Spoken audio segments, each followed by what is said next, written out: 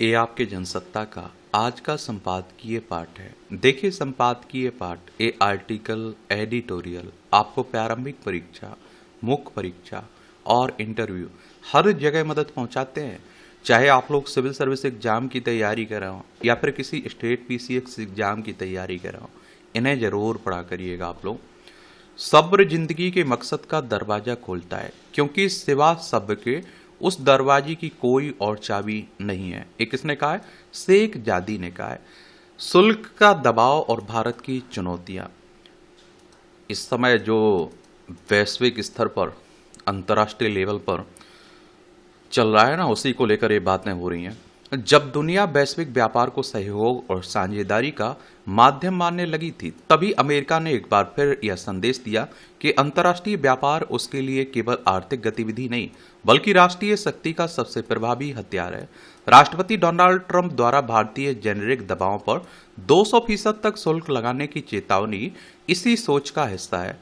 आखिर अमेरिका उन्हीं दवाओं को महंगा क्यों करना चाहता है जिन पर उसका अपना स्वास्थ्य तंत्र निर्भर है? दरअसल यही सवाल इस पूरे विवाद की असली जड़ है। यदि इस निर्णय को केवल भारत के खिलाफ आर्थिक कार्रवाई मान लिया जाए तो शायद हम उसकी गहराई को नहीं समझ पाएंगे। यह बदलती वैश्विक राजनीति का भी संकेत है, जहां मुफ्त व्यापार की जगह अब राष्ट्रीय हित, आर्थिक सुरक्षा और रणनीतिक आत्मनिर्भरता ने ले ली है। कोविड महामारी ने अमेरिका सहित पूरे विश्व को यह एहसास कराया कि दवाओं और चिकित्सा उपकरणों जैसी आवश्यक वस्तुओं के लिए दूसरे देशों पर अत्यधिक निर्भरता भविष्य में बड़ा संकट बन सकती है। महामारी के दौरान कई देशों ने अपने यहाँ तैयार होने वाली दवाओं और चिकित्सा सामग्री के निर्यात पर रोक लगा दी थी। उस समय अमेरिका को भी आपूर्ति संकट का सामना करना पड़ा था। तभी से वहां यह सोच मजबूत हुई कि आवश्यक दवाओं का उत्पादन अधिक से अधिक अपने देश में होना चाहिए, और ट्रंप इसी सोच को राजनीतिक रूप दे रहे हैं। उनका संदेश स्पष्ट है कि यदि अमेरिकी कंपनियां विदेश से सस्ती दवाएं खरीदने के बजाय अमेरिका में कारखाने लगाएंगी तो रोजगार भी बढ़ेगा और भविष्य में किसी अन्य देश पर निर्भरता भी कम होगी। और इसलिए शुल्क आप देखेंगे केवल राजस्व बढ़ाने का माध्यम नहीं है, बल्कि उद्योगों को अमेरिका वापस बुलाने पर का दबाव बनाने वाला औजार भी है। क्या है? औजार भी है। और देखिए एक और बात बताऊं, आयात का मतलब होता है कुछ खरीद रहे हैं, निर्यात का मतलब होता है कुछ बेच रहे हैं। और जेनेरिक दवाएं क्या है? वे दवाएं जिनमें ब्रांडेड दवाओं के समान ही सक्रिय तत्व होते हैं, गुणवत्ता और असर होता है, लेकिन यह बिना किसी महंगे ब्रांड नाम के उनके साल्ट रासायनिक नाम से बेची जाती हैं। ये ब्रांडेड दवाओं की तुलना में 50 से 90% तक सस्ती भी होती हैं। आज अमेरिका में इस्तेमाल होने वाली लगभग हर 10 में से 9 जेनेरिक दवाओं का संबंध किसी रूप से भारत से है। किससे? भारत से है। और आप देखिए कैंसर, मधुमेह, रक्तचाप, संक्रमण, मानसिक रोग और अनेक गंभीर बीमारियों की सस्ती दवाओं की आपूर्ति में भारत की भूमिका इतनी बड़ी है कि इसे दुनिया की फार्मेसी कहा जाता है। ऐसे में यदि इन दवाओं पर 200% शुल्क लगाया जाता है तो सबसे पहला असर अमेरिकी मरीजों, वहां की स्वास्थ्य बीमा कंपनियों पर पड़ेगा। दवाइयां महंगी होंगी, इलाज का खर्च बढ़ेगा और स्वास्थ्य व्यवस्था पर अतिरिक्त आर्थिक बोझ आएगा। यही कारण है कि अनेक विशेषज्ञ इसे केवल आर्थिक निर्णय नहीं बल्कि राजनीतिक दबाव की राजनीति भी मान रहे हैं। इस नए परिदृश्य में भारत को सजग रहने की जरूरत है। अमेरिका में भारतीय दवाओं की मांग कम होती है तो उसका सीधा असर भारतीय दवा कंपनियों, रोजगार और विदेशी मुद्रा पर पड़ेगा। यह भारत की आर्थिक तैयारी की परीक्षा भी है और यहीं से एक बड़ा सवाल जन्म लेता है। यदि अमेरिका अपने राष्ट्रीय हितों की रक्षा के लिए शुल्क को हथियार बना सकता है तो क्या भारत को भी अपने आर्थिक हितों की सुरक्षा के लिए नई रणनीति नहीं बनानी चाहिए? क्या केवल हर बार प्रतिक्रिया देना ही पर्याप्त होगा, या अब समय आ गया है कि भारत भी अपने विकल्पों को मजबूत करे? यदि अमेरिका भारतीय दवाओं पर भारी शुल्क लगाता है तो स्वाभाविक रूप से भारत में यह सवाल उठेगा कि क्या हमें भी उसी भाषा में जवाब देना चाहिए। और डोनाल्ड ट्रंप के बारे में तो ऐसा कहते हैं कि ये जितना अपने दुश्मनों के लिए खतरनाक साबित नहीं होते हैं, उतना अपने दोस्तों के लिए खतरनाक साबित होते हैं। भारत चुपचाप हर दबाव स्वीकार करता रहे, यह उचित नहीं है। पिछले एक दशक में भारत की विदेश और व्यापार नीति में एक बड़ा बदलाव दिखाई देता है। आज भारत का अनावश्यक टकराव नहीं चाहता है, लेकिन आप देखिए अपने हितों की रक्षा करने में पहले की तुलना में कहीं अधिक आत्मविश्वासी है। यही आत्मविश्वास आने वाले समय की सबसे बड़ी ताकत बन सकता है। भारत को यह समझना होगा कि हर जवाब शुल्क से नहीं दिया जाता। कई बार सबसे प्रभावी उत्तर अपने विकल्प मौजूद करना होता है। यदि अमेरिका अपने उद्योगों को बचाने के लिए शुल्क का सहारा ले सकता है, तो भारत भी उन क्षेत्रों की पहचान कर सकता है जहां अमेरिकी आयात पर उसकी निर्भरता कम की जा सकती है। जिन उत्पादों का निर्माण भारत में संभव है या जिनके लिए वैकल्पिक स्रोत उपलब्ध हैं, वहां मेक इन इंडिया को और अधिक गति दी जा सकती है। आज अमेरिका भारतीय दवा उद्योग का सबसे बड़ा ग्राहक है, लेकिन क्या यह स्थिति हमेशा रहेगी? यदि नहीं, तो अभी से नए बाजार तैयार करना समय की मांग है। अफ्रीका, लैटिन अमेरिका, मध्य एशिया, दक्षिण पूर्व एशिया और खाड़ी देशों में स्वास्थ्य सेवाओं का तेजी से विस्तार हो रहा है। वहां गुणवत्तापूर्ण और सस्ती दवाओं की मांग लगातार बढ़ रही है। भारत यदि अभी से इन बाजारों में अपनी उपस्थिति मजबूत करता है, तो भविष्य में किसी एक देश के फैसले से पूरा उद्योग प्रभावित नहीं होगा। एक और अहम सवाल यह है कि क्या भारत हमेशा केवल जेनेरिक दवाओं का निर्माता बना रहेगा?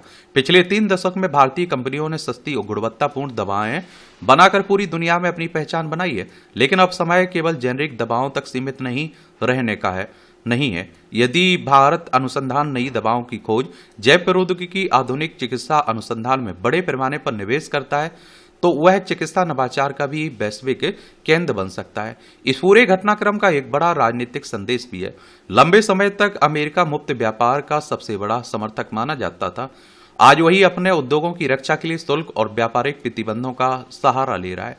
इसका अर्थ है कि आने वाले वर्षों में वैश्विक व्यापार पहले जैसा नहीं रहने वाला। हर देश अपने राष्ट्रीय हितों को प्राथमिकता देगा। ऐसे में भारत को भी आदर्श और यथार्थ के बीच संतुलन बनाना होगा। उसे ना तो अनावश्यक आक्रामक होने की जरूरत है, ना ही अत्यधिक नरमी की।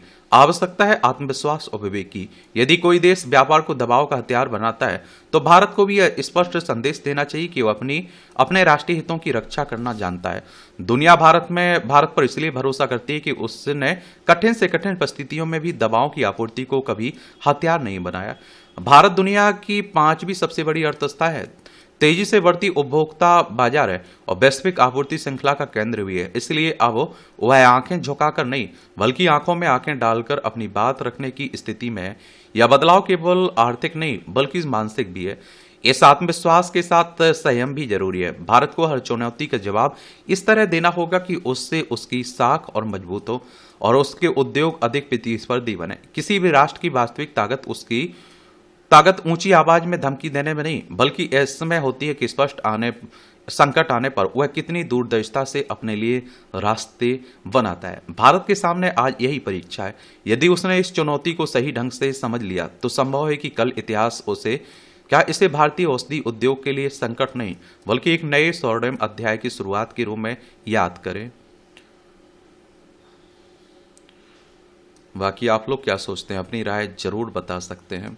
ये आप देखिए हमारी प्यारी पृथ्वी है, इसमें आप देखेंगे ये हमारा प्यारा भारत है, ये रूस है, यूक्रेन है, ये चाइना है, ये पाकिस्तान, ये ईरान आपको देखने को मिल जाएगा। तेहरान इसकी राजधानी है। यहाँ फारस की खाड़ी है, ओमान की खाड़ी, यहाँ आप लोगों को हॉर्मुज जलडमरू देखने को मिल जाएगी। ये इजराइल है, ये भूमध्य सागर है, ये लाल सागर आपको देखने को मिल जाएगा। यहाँ आप लोगों को संयुक्त राज्य अमेरिका, यूनाइटेड स्टेट्स देखने को मिल जाएगा। वॉशिंगटन डीसी इसकी राजधानी। डोनाल्ड ट्रंप यहाँ के राष्ट्रपति आपको देखने को मिल जाएंगे। सुख के आसिया ने आधुनिकता की अंधी दौड़, महत्वाकांक्षाओं की चकाचौंध ने भारतीय समाज के उस सबसे मजबूत स्तंभ को झकझोर कर रख दिया जिसे कभी संयुक्त और सुखी मध्य वर्गीय परिवार कहा जाता था। आज स्थिति यह है कि जिस मध्य वर्ग को समाज की रीढ़ माना जाता था, वह खोखला होता जा रहा है। घरों के भीतर भौतिक सुख सुविधाओं के अंबार तो लग गए, लेकिन आपसी संवाद, प्रेम, अपनापन और मानसिक शांति गायब होती जा रही है। महंगाई के इस दौर में ज्यादा से ज्यादा कमाने की होड़ या मजबूरी, एकल परिवारों का बढ़ता चलन, शादी जैसी संस्था से युवाओं का मोह भंग, सड़कों पर उफनता आक्रोश और असफलता के डर से असमय टूटना बाल मन आज के भारतीय मध्य वर्ग का एक ऐसा कड़वा सच बन चुका है जिस पर गहराई से विचार करना और अपनी विचार पद्धति को बदलना समय की सबसे बड़ी मांग है। आज मध्यवर्गीय परिवार जीवन जीने के बजाय जीवन चलाने के संघर्ष में उलझ चुका है। उपभोक्तावाद ने भारत में इस कदर पैर पसारे कि हर व्यक्ति बेहतर कार, आलीशान घर, महंगे गैजेट और बच्चों के लिए महंगे निजी स्कूल की अभिप्सा रखने लगा है। इन चाहतों को पूरा करने के लिए पति पत्नी दोनों का नौकरी करना अनिवार्य हो जाता है। सुबह की पहली किरण के साथ ही घरों में जो आपाधापी शुरू होती है वह रात को सोने तक थमने का नाम नहीं लेती है। कभी दादा दादी या संयुक्त परिवार की छांव में पलने वाले बच्चे अब क्रेच या आया के भरोसे बड़े हो रहे हैं। यह स्थिति एक ऐसे तनाव को जन्म दे रही है जहां समृद्धि तो बढ़ रही है पर अपनों का साथ छूट रहा है। शाम को जब परिवार के सदस्य घर लौटते हैं तो संवाद की जगह मोबाइल स्क्रीन और लैपटॉप ने ले लेते हैं और इस अंधी दौड़ में इंसान को भावनात्मक रूप से खाली कर दिया है। पहले जो दादा दादी नाना नानी की कहानियां हुआ करती थी, उन कहानियों से बहुत सारी सीखें मिलती थी। आजकल आप देख रहे हैं कि सब गायब होता जा रहा है। इसलिए आप देखते हैं कि अच्छा इंसान, इंसानियत, मानवता, संस्कार, इन पर भी सवाल खड़े होने लगे ना, क्योंकि सब कुछ उसी पारिवारिक माहौल में मिल जाता था। पारंपरिक भारतीय समाज की पहचान उसकी शायद संयुक्त परिवार व्यवस्था थी जहां सुख और दुख मिलकर बांटे जाते थे। पिछले कुछ दशकों में यह ताना बाना बिखर गया। पहले संयुक्त परिवार टूटे और फिर 3 सदस्यों वाले एकल परिवार का चलन हुआ। अब समाज एकाकी जीवन की तरफ बढ़ रहा है। परिवार का आकार छोटा हो गया है और कुटुंब संबल बनने के बजाय दबाव बन गया है। ऐसा लगता है कि सोशल मीडिया और अन्य माध्यमों पर परोसी जाने वाली सामग्रियों ने लोगों के भीतर किसी भी रिश्ते में लंबे समय तक टिकने के धैर्य को खत्म कर दिया। बढ़ती क्रय शक्ति ने मध्य वर्ग के हाथों में गाड़ियां, महंगे साधन, पैसा तो दे दिया, लेकिन इसके साथ ही समाज में एक अदम्य अहंकार को जो भी जन्म दिया। हर व्यक्ति मानो यह मानकर चल रहा है कि वह हर काम में सक्षम है, सर्वज्ञाता है और उसे किसी की सलाह या रोक टोक की कोई आवश्यकता नहीं है। ये आप लोग भी देख रहे होंगे अपने आसपास। इस अति आत्मविश्वास ने लोगों के भीतर एक खतरनाक उग्रता भर दी है। मामूली सी कहासुनी मिनटों में जानलेवा हिंसा में बदल जाती है। इस तरह की वारदात इस बात का प्रमाण है कि आज के इंसान के भीतर का धैर्य पूरी तरह खत्म हो चुका है एक तरह से। और इस बदलते सामाजिक परिदृश्य का सबसे विचलित करने वाला पहलू हमारे घरों में पल रही नई पीढ़ी से जुड़ा है। बहुत से परिवारों में बच्चे अत्यधिक लाड़ प्यार के साथ पलते हैं। उन्हें हर सुख सुविधा बिना किसी मेहनत के थाली में परोस कर दे दी जाती है। माता पिता की यह अति संरक्षणवादी सोच अनजाने में बच्चों को मानसिक रूप से कमजोर बना रही है। ये बच्चे जीवन की वास्तविक कठिनाइयों, असफलताओं और संघर्षों का सामना करने के लिए भी कभी भी तैयार ही नहीं हो पाते हैं। इन्हें कभी ना सुनने की आदत नहीं होती है। नतीजतन जब ये पढ़ाई, करियर या रिश्तों की दुनिया में कदम रखते हैं, जरा सी प्रतिकूल परिस्थिति या विफलता इनके सामने आती है तो इनका कमजोर मानसिक ढांचा उसे झेल नहीं पाता है। आज के किशोर सहन शक्ति के अभाव में इतने हताश हो जाते हैं कि अपने अमूल्य जीवन को भी समाप्त करने जैसा आत्मघाती कदम उठा लेते हैं।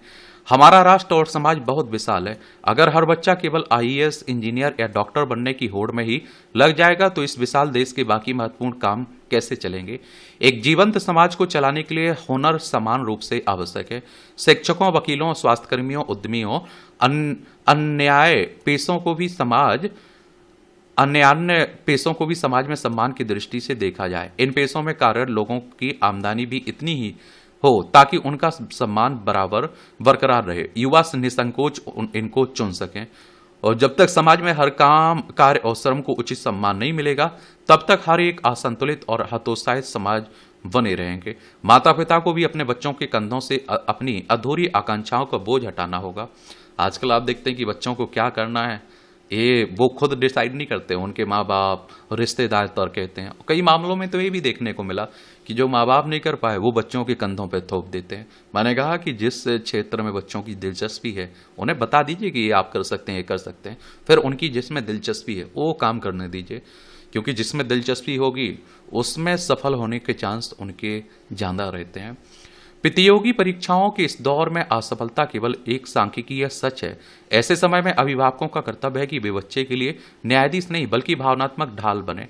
हमें बच्चों के मन में यह बात गहराई से बैठानी होगी कि परीक्षा केवल एक पड़ाव है, पूरे जीवन की अंतिम कसौटी नहीं। अगर एक दरवाजा बंद होता है तो असीम संभावनाओं के 100 नए रास्ते भी खुलते हैं। जब हम बच्चों को असफल होने पर भी गले लगाना सीख जाएंगे, सड़कों पर अपने उग्र अहंकार को पीछे छोड़ देंगे, कम में भी संतोष की क्लास सीख लेंगे और अपने से कम काबिल, कम पढ़े लिखे, अवसरों से वंचित लोगों का भी सम्मान करना शुरू कर देंगे, तभी हमारे घर सचमुच सुख के आशियाने बन पाएंगे।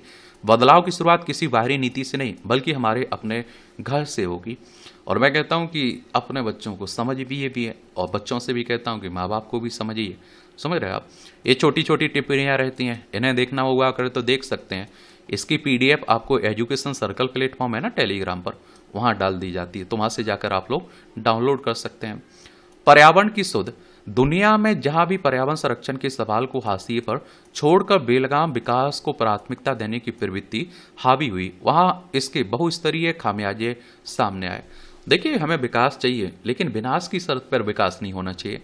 औपचारिक तौर पर इस हकीकत को सभी देश स्वीकार करते हैं, लेकिन विकास कार्यों को समय की जरूरत बताकर पर्यावरण को नुकसान पहुंचाने में शायद ही कभी सरकारों ने हिचक दिखाई हो। और इंसान भी बड़े स्वार्थी हो गए, वो भी खूब पर्यावरण को नुकसान पहुंचा रहे हैं। एक और राष्ट्रीय और अंतर्राष्ट्रीय स्तर पर अक्सर होने वाली सम्मेलनों में पर्यावरण पर चिंता जताई जाती है, उसे जीव जगत के सुरक्षित जीवन का वाहक बताया जाता है। वहीं वैसी विकास परियोजनाओं को मंजूरी देने से लेकर उसे पूरा करने तक कई बार पर्यावरण के प्रति जताई जाने वाली चिंताओं को दरकिनार कर दिया जाता है। फिर बाद में जब इसके व्यापक नुकसान के तथ्य सामने आते हैं तो उन पर सवाल उठते हैं, तब सिर्फ माफी मांगने की औपचारिकता पूरी कर दी जाती है। हालांकि सरकार के सिर्फ माफी मांग लेने से किसी परियोजना की वजह से पर्यावरण स्थायी परिस्थितियों को हुए नुकसान की भरपाई संभव नहीं हो पाती है। ऐसे में पर्यावरण संरक्षण के पहलू को ताक पर रखकर विकास परियोजनाओं को मंजूरी देने के सरकारी रवैये पर स्वाभाविक ही सवाल उठते हैं।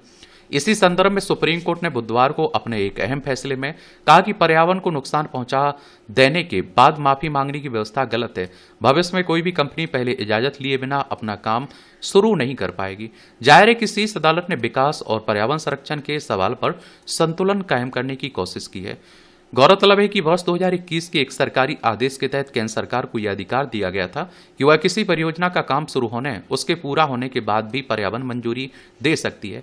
प्रथम दृष्टया ही इस व्यवस्था में पर्यावरणीय चिंताओं को खारिज करने की मंशा का पता चलता है, और जिसमें इस बात का ध्यान रखना जरूरी समझा गया कि अगर किसी परियोजना से स्थानीय परिस्थितियों को स्थायी या दीर्घकालिक क्षति पहुंचती है तो उसका समाधान कैसे निकाला जाएगा। और देखिए, सुप्रीम कोर्ट हमारे देश की सर्वोच्च अदालत है। संविधान के अनुच्छेद 124 के तहत सुप्रीम कोर्ट की स्थापना की बात की गई। 28 जनवरी 1950 में स्थापना हुई थी।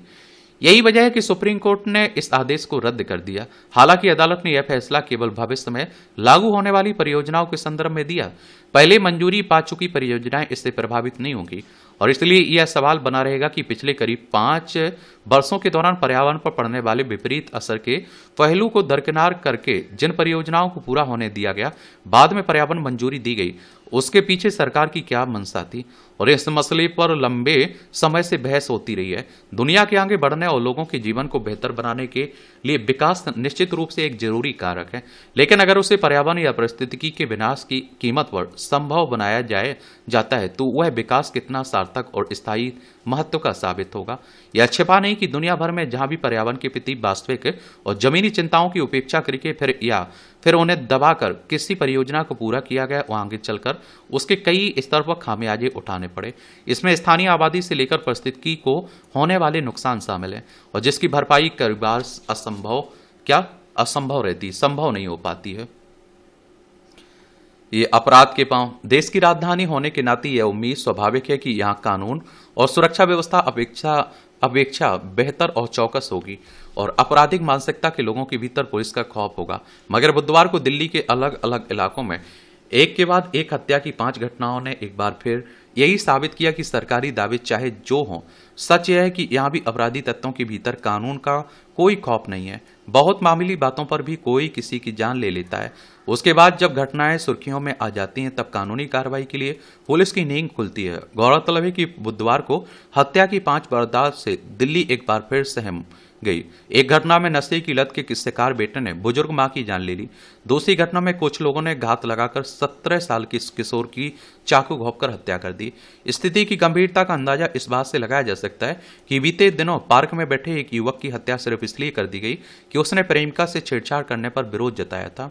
सच है कि पिछले कुछ वर्षों में दिल्ली में भी अपराध का दायरा बढ़ता गया। यह सुरक्षा की कई परतें होने पर भी नागरिक स्वयं को असुरक्षित महसूस करने लगा। कई बार तो छोटी छोटी बातों पर लोग इस कदर उग्र हो जाते हैं कि वे किसी भी निर्दोष की जान ले लेते हैं। और यह कानून व्यवस्था का मसला जरूर है, लेकिन इसके समाजशास्त्रीय पक्ष को भी समझना होगा। आखिर किन वजहों से लोगों के भीतर इस तरह की बेलगाम अहिंसक आक्रामकता घर कर रही है। वहीं आत्मकेंद्रित हो रहे इस समाज में अब कोई किसी को बचाने इसलिए आगे नहीं आता ताकि क्योंकि उन्हें लगता है कि कानून की जटिलताओं में कहीं वह स्वयं ना उलझ जाए। विचित्र है कि सड़कों और गलियों में हत्या कर दी जाती है और उसके बाद पुलिस आरोपियों की तलाश में निकलती है, लेकिन ऐसी घटनाओं को रोक पाने में एक तरह से नाकाम दिख रही है। यह है, आप देखेंगे हमारा प्यारा भारत, ये है दिल्ली, केंद्र शासित प्रदेश है। विधानसभा में 70 सीटें, राज्यसभा में 3 सीटें हैं, लोकसभा में 7 सीटें हैं। रेखा गुप्ता यहाँ की मुख्यमंत्री है। और इस तरह से आप देखेंगे कि आज के जो संपादकीय पाठ है उसकी कहानी कवर होती है। आप लोग पढ़ते रहिए, एंजॉय करते रहिए। आपका कोई सवाल हो, सुझाव हो तो आप लोग जरूर बता सकते हैं। धन्यवाद।